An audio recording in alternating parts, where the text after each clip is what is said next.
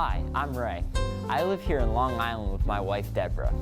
She's great with the kids, the house, everything. Oh, I don't know how she does it all. We've got a daughter, Allie, and twin 2-year-old boys. It's not really about the kids. My parents live across the street. That's right. And my brother lives with them. Now, not every family would go by on a conveyor belt for you, but mine would because... Everybody loves Raymond. Yeah.